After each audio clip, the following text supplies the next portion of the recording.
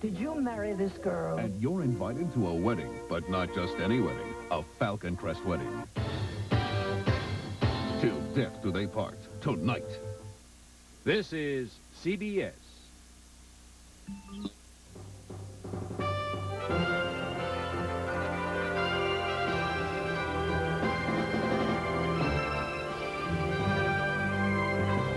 This is a CBS News special inauguration report.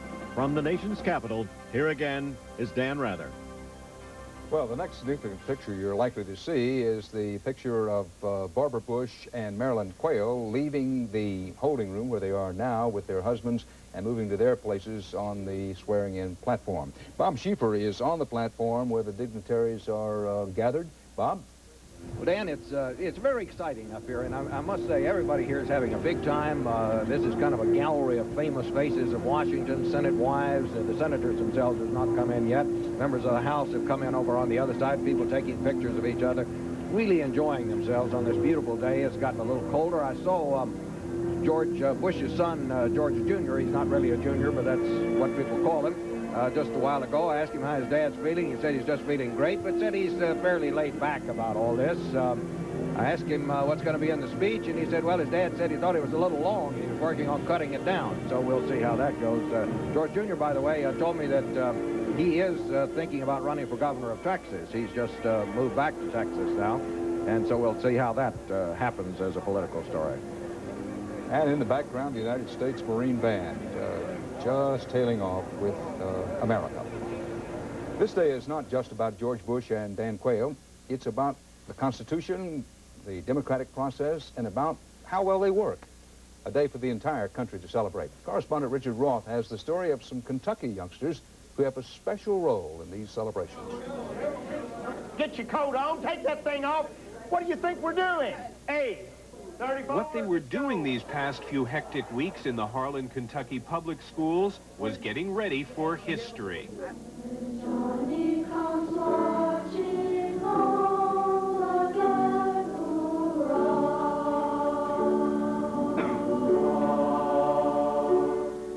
David Davies has been coaching the sons of coal miners for more than 20 years. And the sons of doctors and lawyers and businessmen, too. You got Johnny dead already. Teaching harmony and discipline in a corner of Appalachia. Teaching beauty in a small town every boy knows has a bad reputation.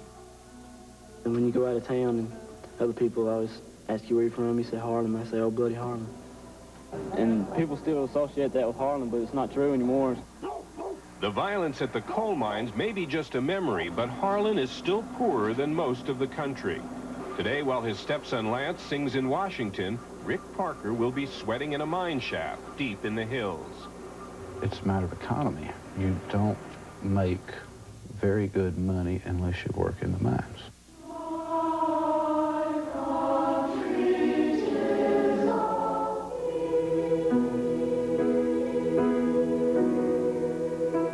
Singing in the Harlan Choir is a mark of excellence in these mountains. The boys, symbols of hope in a place where many have abandoned hopes. You see any work for anybody? Hey, this ain't no work for nobody.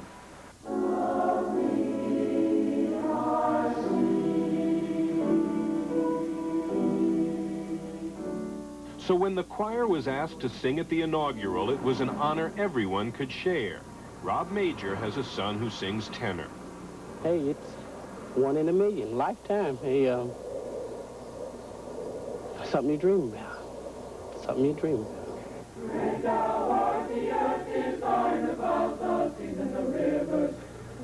What no one had to say at the town square send-off this week.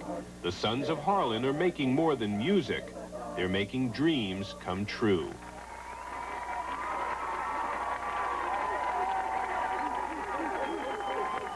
Charles Peralta, what a wonderful piece by Richard Roth, and a reminder this is a big continental country, border to border, ocean to ocean. Well, it is a place of dreams. George Bush has done, I think, a wonderful job of articulating this has been and remains a place where you can dream and have dreams come true. It's still a place we have problems. 3 murders in this town last night. I mean, I picked up the paper this morning and I found myself hitting the paper saying, You don't want it to happen any night, but you certainly want it to happen the night before the inauguration. A lot of homeless people here, crime, particularly the drug traffic all around this area. So nobody wants to rain on the inaugural parade. We still have our fingers crossed it won't even rain. But a good reminder that not everybody has been touched, not nearly everybody, touched by the wonderful prosperity of the last 8 years. Those problems and others become George Bush's problems in about 35 minutes, too. Professor David Barber of Duke University back with us. When a president, when a man becomes president such as George Bush in the shadow of a very successful presidency, what's been the history of this kind of thing? Well, it is the case of George Bush because he comes when Reagan is at 68%, up from the 42% he was at after the Iran-Contra matter. But you had that happen when William Howard Taft came on after Teddy Roosevelt. And he was so overwhelmed by the spirit of Teddy Roosevelt that he said, when someone comes up to me and says, Mr. President, I say, are you at my elbow, Mr. Roosevelt? You see, he was haunted by that all the time. Could that happen with Bush? Conceivably. Then you had a fellow named Warren G. Harding who came out after the famous President Wilson, and he became the worst president that there was, up until at least Richard Nixon, you might say. He was a president who came on as a speaker and a negotiator, but not much else.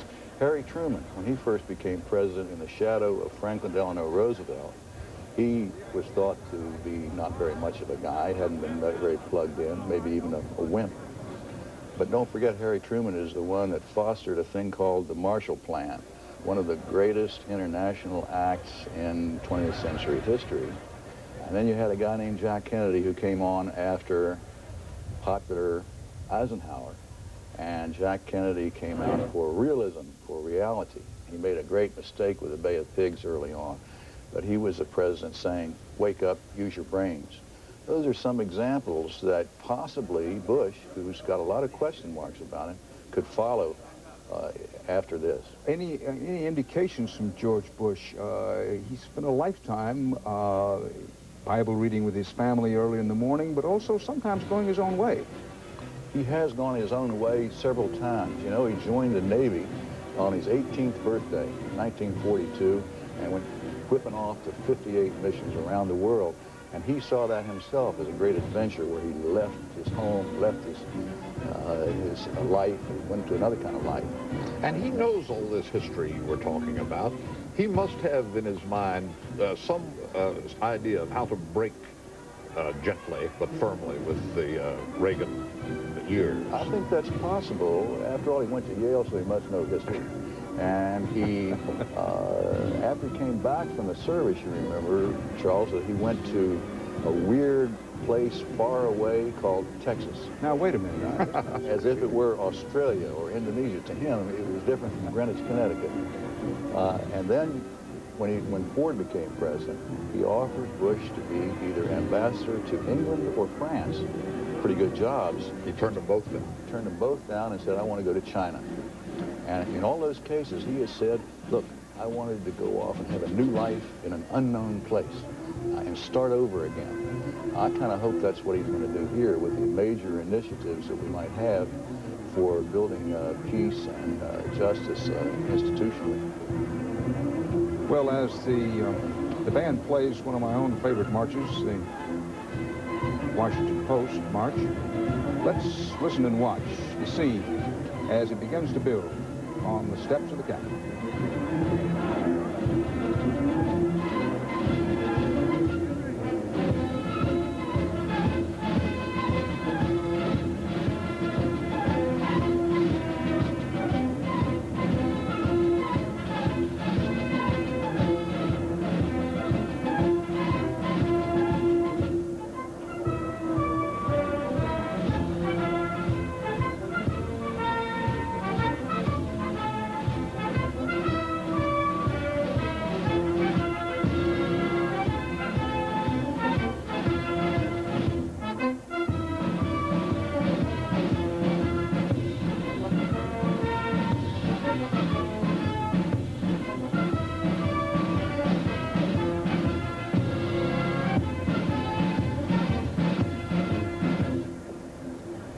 Charles, as every school child knows, John Philip Sousa captured the essence of the American spirit in music better than anyone we've ever had. One's always reminded when you hear those wonderful Sousa marches. What would we do on these occasions without the Sousa marches? It's true. Einstein, I think it was, said, watch out for anybody who feels a thrill run down his spine when he hears a military march. You know, he might turn into a dangerous fellow, but on a day like this, you can't help but feel a thrill.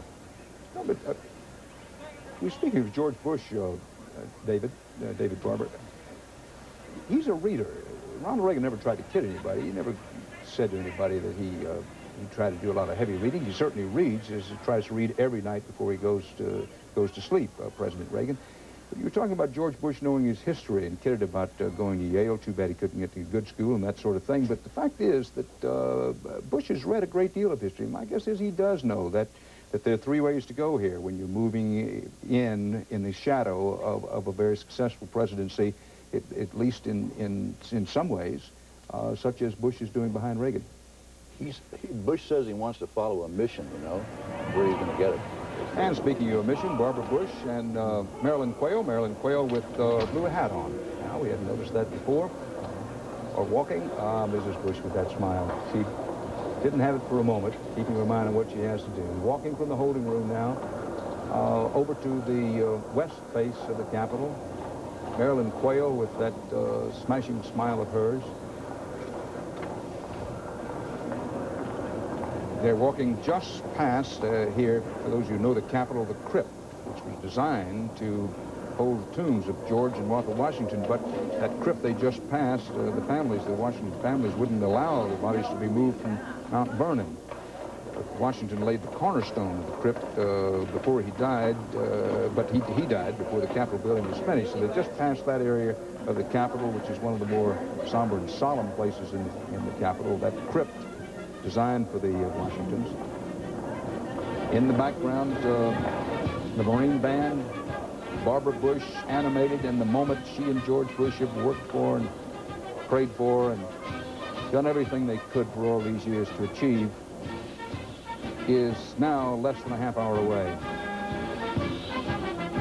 Bob Schieffer and Bruce Morton are on hand as Barbara Bush and Marilyn Quayle arrive out on the swearing-in platform. Bob? Dan, we have not seen them yet. Right now, the cabinet and their wives are coming in, and we assume that they're going to be right behind them. But it's a little bit clogged up out here in the aisles as members of the cabinet are coming in. President Bush's family is already out here on the platform. Members of the House and Senate behind, and now we're hearing the applause. So here they come.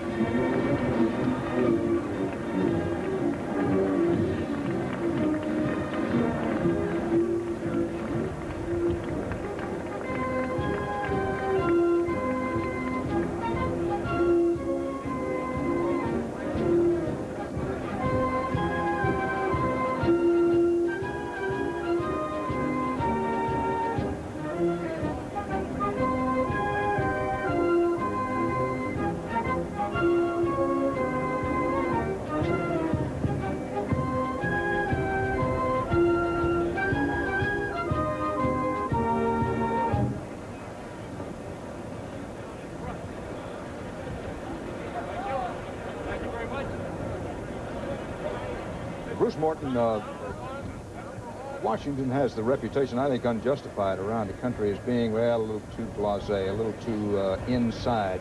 On a day like today and in a place like this west face of the Capitol, just before the swearing-in of a new president, even those who have the reputation of being high and mighty get a thrill up their spine. Well, Dan, there's nobody blasé here right now, that's for sure. Let's listen to these stands are just jammed with VIPs, and they're not blasé. You know, the Congress is here, the Senate is here, and everybody, I think, is excited. This really is the great American celebration, as somebody once called it, and it's a little cold, it's a little gray, but all of these people are here to celebrate and to do this uniquely American thing, to hand power over peacefully, which most other countries seem to have a hard time doing, which has become an American tradition. Bruce, Barbara Bush and Marilyn Quayle have, while they've arrived right near the entrance, they haven't actually come out on the platform yet because here's Chief Justice William Rehnquist will be swearing in President-elect Bush as president. There's a little VIP clog at the moment. That's what there is. Sandra Day O'Connor, Justice of the Supreme Court, will be swearing in Dan Quayle. That will happen first. Now, the Chief Justice has on the robes. He also has on Chief Justice headgear. I don't remember that cap. Have previous Chief Justices worn it? Well, I'm glad you said that, George, because, as a matter of fact, I don't ever recall seeing one wear it. David? I haven't either.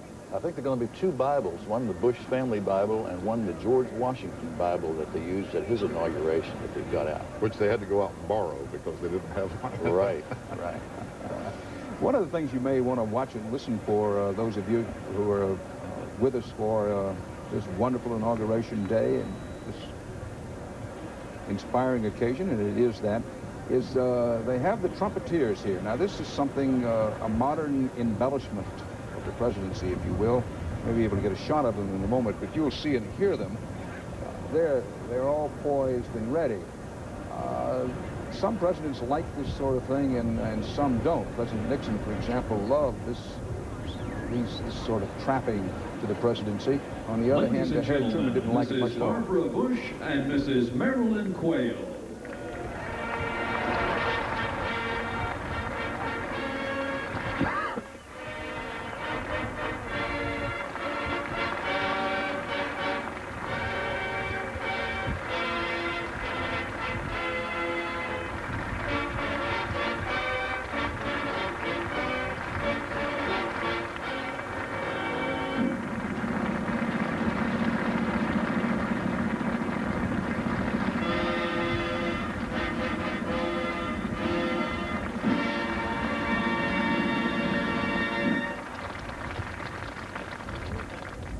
The trumpets from the U.S. Army Herald trumpets, and now the Marine Corps band strikes up again.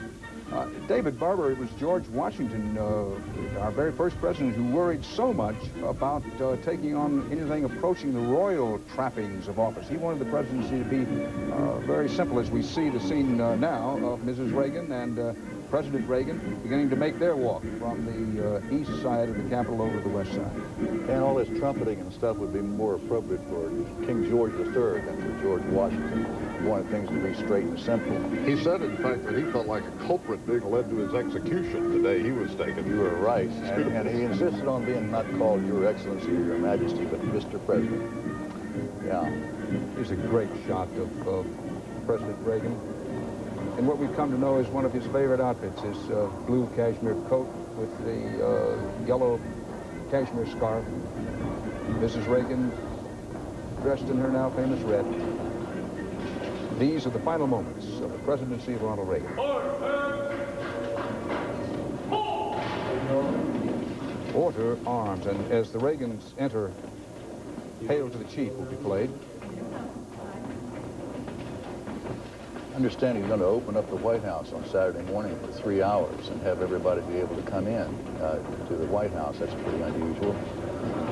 George Washington, when he took over at first, wrote a letter to his friends Madison and so forth, asking him how he should handle his social life as president. Should he go out to dinner? Should he have people in for a reception in the afternoon, once a week? Those kinds of questions. He really wanted to figure out how to do it. And Bush, at least, is doing something rather unusual.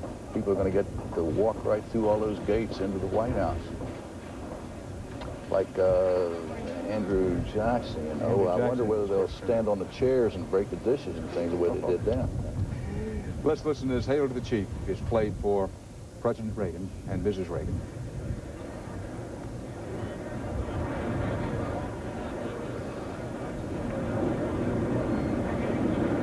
Slight stage wait here, but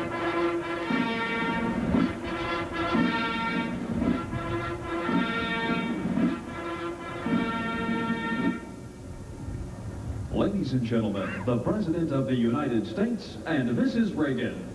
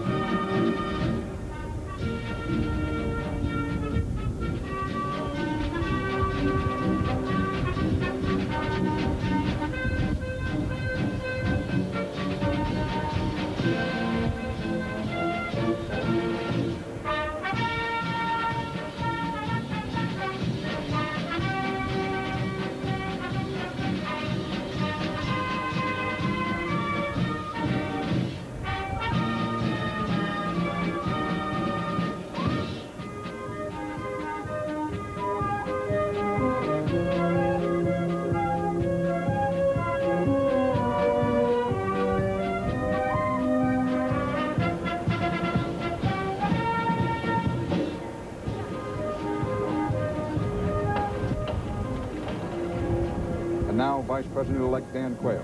Senator Quayle from Indiana moves from the holding room and makes his walk across the interior of the capital of the United States and begins to move under the great belt.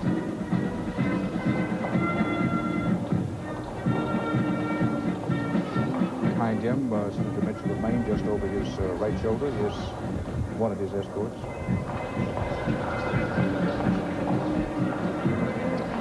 The first inauguration, George Washington was sworn in by the Chancellor of New York State, one Robert Livingston, out of doors on the balcony of the Senate chamber at the Federal Hall in New York City, at that time, the capital of our country.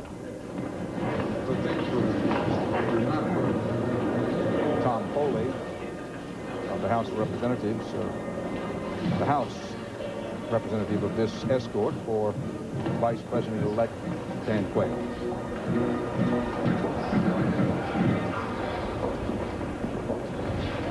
Of course, there will not be ruffles and flourishes nor any hail to the chief for Quayle. He will have a trumpet fanfare, however.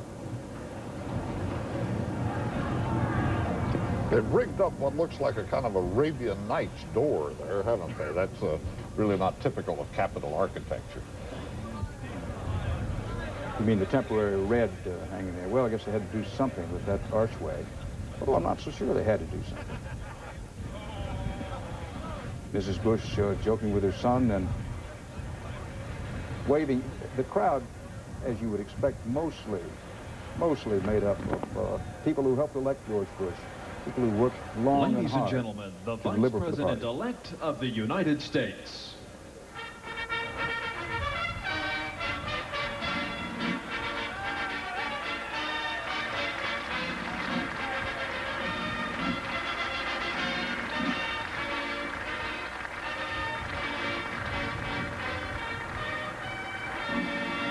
He says he's going to be the same kind of vice president as Bush was.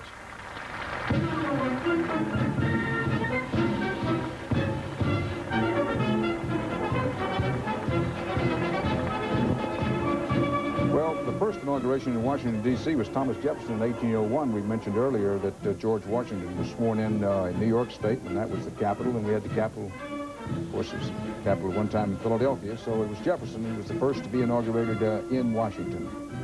The new Vice President-to-be, Dan Quayle, in animated discussion with the outgoing Commander-in-Chief, Ronald Reagan. Bruce Morton and Bob Schieffer are right there on the platform. Bob Schieffer, you're a pretty good golfer. Dan Quayle said, well, in an interview as recently as CBS this morning, the other day, that his golf game had sort of deteriorated since he'd been elected. He's a good player. As a matter of fact, I've played with him a couple of times, and he has a picture-perfect swing. You would mistake him for a golf pro if you saw him. I guess his handicap now is about 5 or 6 or 7. If he practiced a lot, I think he'd be down to a scratch golfer. But he's a very good player and plays a lot, but he hasn't played much, obviously, during the last couple of months. But my suspicion is that might change a little bit. Bruce Morton, General Eisenhower popularized golf so much when he was the golf-playing president. Now the president-elect is moving from the holding room toward the west face. George Bush loves to run, among other things. Does play golf, but prefers tennis. Much better tennis player. Dan,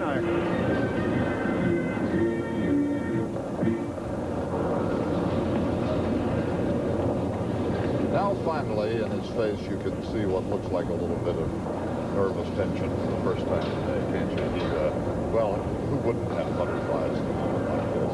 Even someone so experienced in public service as this man.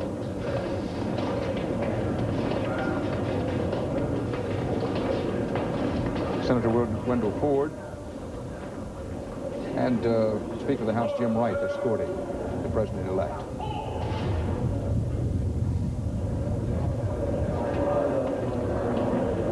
And for George Bush, it doesn't get any better than this. Order arms in the background and about to walk out onto the swearing-in platform to become the 41st president of the United States.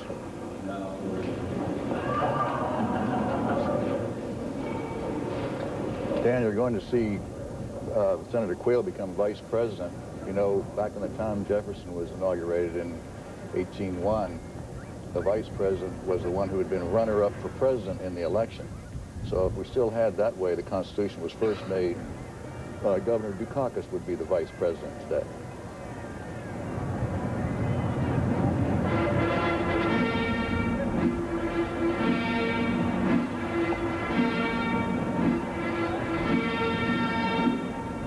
Ladies and gentlemen, the Vice President of the United States.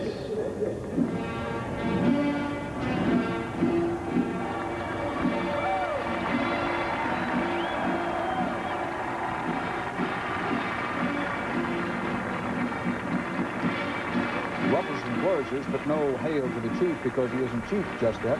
So it's hail to Columbia following ruffles and flourishes for the soon-to-be president.